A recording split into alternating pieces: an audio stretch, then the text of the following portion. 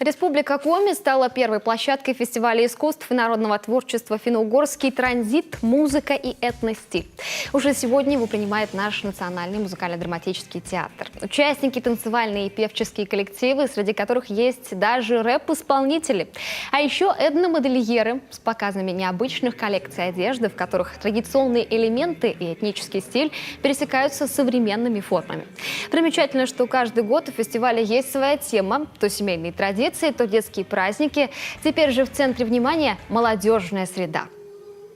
В этом году направлено больше на молодежь.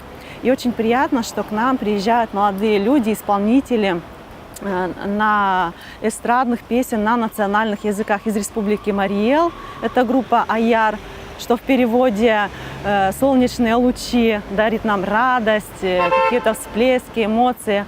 Вторая группа – это из Республики Башкортостан, группа «Саптар», тоже очень яркие. В этом году путешествующий фестиваль, сами участники называют его еще транзитным, проходит в 10-й раз. Прямиком из Сыктывкара он отправится в Карелию, оттуда в Пермский край. Последним пунктом станет Мордовия. Там жителей также ждут концерты, фотовыставки, демонстрационные подиумы и показы документальных этнографических фильмов.